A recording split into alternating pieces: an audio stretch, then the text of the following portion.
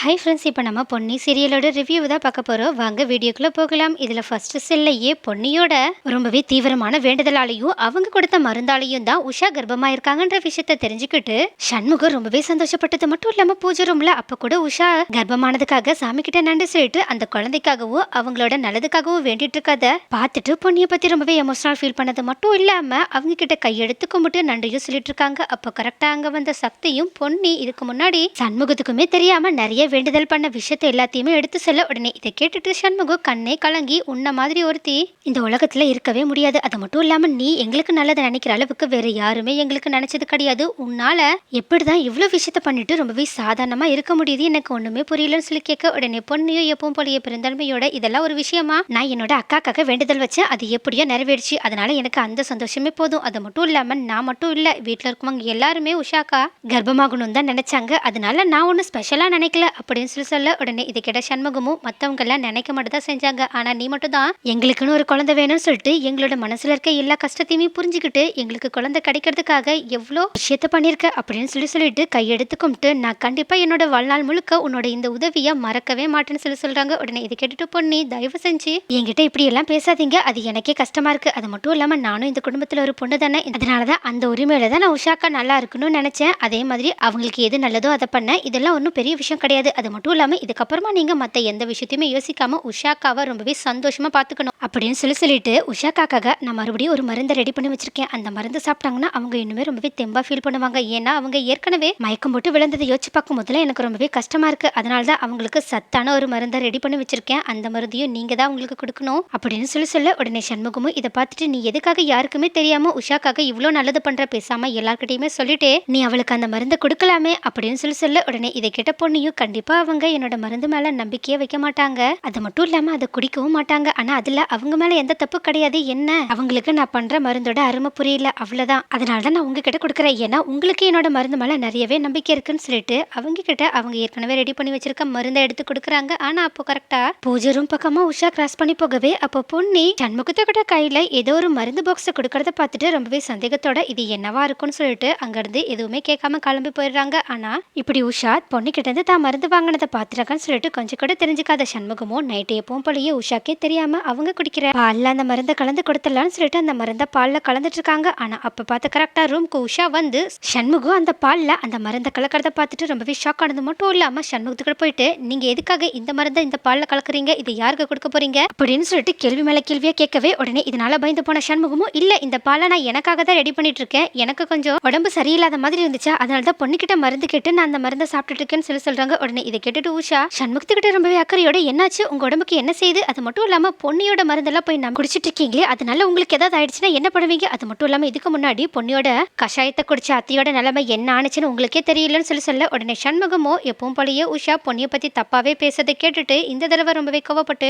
உனக்கு பொன்னியோட மருந்து மேல எப்பதான் நம்பிக்கை வரும்னு தெரியல, இதுக்கு முன்னாடி பொன்னி நிறைய கஷாயத்தை போட்டு எல்லாருக்கும் கொடுத்துருக்கா, அதை குடிச்சிட்டு மத்தவங்களுக்கு குணமாயிருக்காங்க, ஆனா என்ன அந்த வெண்ணிலா பண்ண மிஸ்டேக்கால தான் அம்மாவுக்கு அந்த மாதிரி ஆச்சுன்றது உனக்கு எப்பதான் ஞாபகத்துக்கு வரும்னு தெரியல. அது மட்டும் இல்லாம பொன்னியோட நாட்டு வைத்தியத்துல எனக்கு 100% நம்பிக்கை இருக்குன்னு சொல்லிட்டு அந்த பால் எடுத்து கொடுக்கிறாங்க. ஆனா சண்முகம் இப்படி தங்கிட்ட கோவமா பேசினோட என்னையே உடனடியா உஷா மறுபடியுமே கஷ்டப்பட்டு என்னங்க நான் இப்ப வேற கர்ப்பமா இருக்கேன், நீங்க என்கிட்ட இவ்வளவு கோவமா பேசுறீங்க, இது எல்லாத்துக்குமே காரணம் அந்த பொன்னி தானே, அதனாலதான் எனக்கு அந்த பொண்ணியை சுத்தமா பிடிக்கலன்னு சொல்லிட்டு மறுபடியுமே காரணமே இல்லாம பொன்னி மேல கோவப்பட உடனே சண்முகமும் உஷாவோட மைண்டை சேஞ்ச் பண்றதுக்காக சரி விடு, நீ தேவையில்லாம டென்ஷன் ஆகாத, இதுக்கப்புறமா நீ ரொம்பவே சந்தோஷமா இருக்கணும்னு சொல்லிட்டு அவங்க கிட்ட சொன்னது மட்டும் இல்லாம இதுக்கப்புறமா பொன்னியை பத்தி தயவு செஞ்சு தப்பா பேசாதன்னு சொல்லிட்டு அப்ப கூட பொன்னிக்காக பேச, ஆனா உஷாவோ எப்போ பழைய மறுபடியுமே பொன்னியை பத்தி தப்பா பேசுறதுக்காக போக உடனே சண்முகமும் இவ்வளவு நேரம் பொறுமையா உஷா கிட்ட சொல்லி புரிய வைக்க முயற்சி பண்ணியும் தன்னால முடியலன்னு சொல்லிட்டு இருந்த கோவத்துல உஷா கிட்ட நீ இப்போ கர்ப்பமா இருக்கனா அதுக்கு காரணமே பொன்னி தான், ஒருவேளை பொன்னியோட உதவி மட்டும் இல்லைன்னா நம்மளால கடைசி வரைக்கும் அப்பா அம்மாவா மாறி இருக்கவே முடியாது, நீ கர்ப்பமா இருக்கவும் முடியாது அப்படின்னு சொல்றாங்க. உடனே இதை கேட்டுட்டு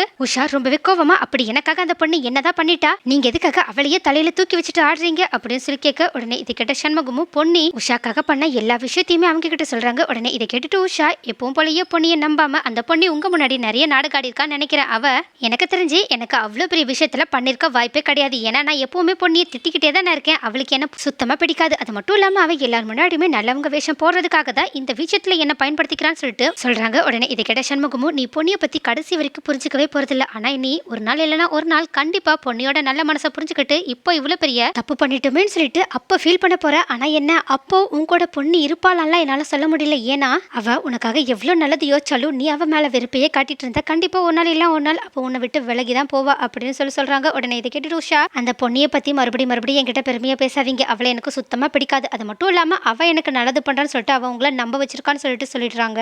அதுக்கு மேல அவங்க அது மட்டும் இல்லாம நான் பொண்ணியை இந்த வீட்டை விட்டு எப்படியாவது அனுப்பணும்னு நினைச்சிட்டு இருக்கேன், ஆனா நீங்க என்னன்னா பொண்ணியை இந்த வீட்டோட பொண்ணு மாதிரி எல்லாம் பார்க்க ஆரம்பிச்சிட்டீங்க, இதெல்லாம் கொஞ்சம் கூட சரியில்லைன்னு சொல்லிட்டு அப்படியே பேச்சுவாக்குல அவங்களோட மனசுல அவங்க பொண்ணியை பத்தி என்ன நினைச்சிருக்காங்க அப்படின்ற விஷயத்தையுமே உளறிடுறாங்க. உடனே உஷா வாயிலிருந்து இதை வரதை கேட்ட உடனேயே சண்முகம் இதுக்கு மேலையும் பொறுமையா இருக்க முடியாதுன்னு சொல்லிட்டு உடனடியா பொண்ணி அவங்களுக்காக தயார் பண்ண மருந்து எல்லாத்தையுமே அவங்க கிட்ட எடுத்து காட்டிட்டு, இந்த மருந்தை சாப்பிட்டு தான் நீ கர்ப்பமா இருக்க, அது மட்டும் இல்லாம இதுக்கு முன்னாடி உன்னோட சாரிய பொண்ணுகிட்ட நான் கொடுக்குற மாதிரி பாத்தியே, அது உண்மை கிடையாது, பொண்ணுகிட்ட இருந்து வாங்கிட்டு இருந்தா, ஏன்னா ஏற்கனவே பொண்ணி அந்த சாரியை வச்சு உனக்காக கோவிலுக்கு போயிட்டு சக்தி கூட சேர்ந்து பரிகாரம் எல்லாம் பண்ணிட்டு வந்திருக்கா, அது மட்டும் இல்லாம இப்ப கூட சாமி ரூம்ல அவ உனக்காக தான் வேண்டிட்டு இருக்கா, அது மட்டும் இல்லாம நாளைக்கும் உனக்காக பரிகாரம் பண்ண போறேன்னு சொல்லிட்டு சக்தி சொன்னா என்கிட்ட. ஒருவேளை நீ இன்னுமே பொண்ணியையும் என்னையும் நம்பாம இருக்கவனா பேசாம நாளைக்கு பொண்ணி பரிகாரம் பண்ற கோவிலுக்கு போயிட்டு அங்க போய் விசாரி, கண்டிப்பா அப்பயாவது நீ பொண்ணியை பத்தி புரிஞ்சுப்பன்னு சொல்லிட்டு உடனடியா அங்கிருந்து கிளம்பி போயிடுறாங்க. அப்ப இதை கேட்டுட்டு உஷாவும் மனசுக்குள்ளேயே இந்த சண்முகத்துக்கு எப்ப பார்த்தாலும் பொண்ணி மேல ரொம்பவே நம்பிக்கை ஓவர் ஆயிடுச்சு, ஏன்னா அந்த பொண்ணி அந்த அளவுக்கு என்னோட புருஷனோட மைண்டையே சேஞ்ச் பண்ணி வச்சிருக்கான், நாளைக்கு இவங்களை கையோட கூட்டிட்டு போயிட்டு கோவில்லையே அந்த பொண்ணு எப்படிப்பட்டவன்றதை இவங்களுக்கு காட்டாம விடக்கூடாதுன்னு சொல்லிட்டு காலங்காத்தாலே எந்திரிச்சு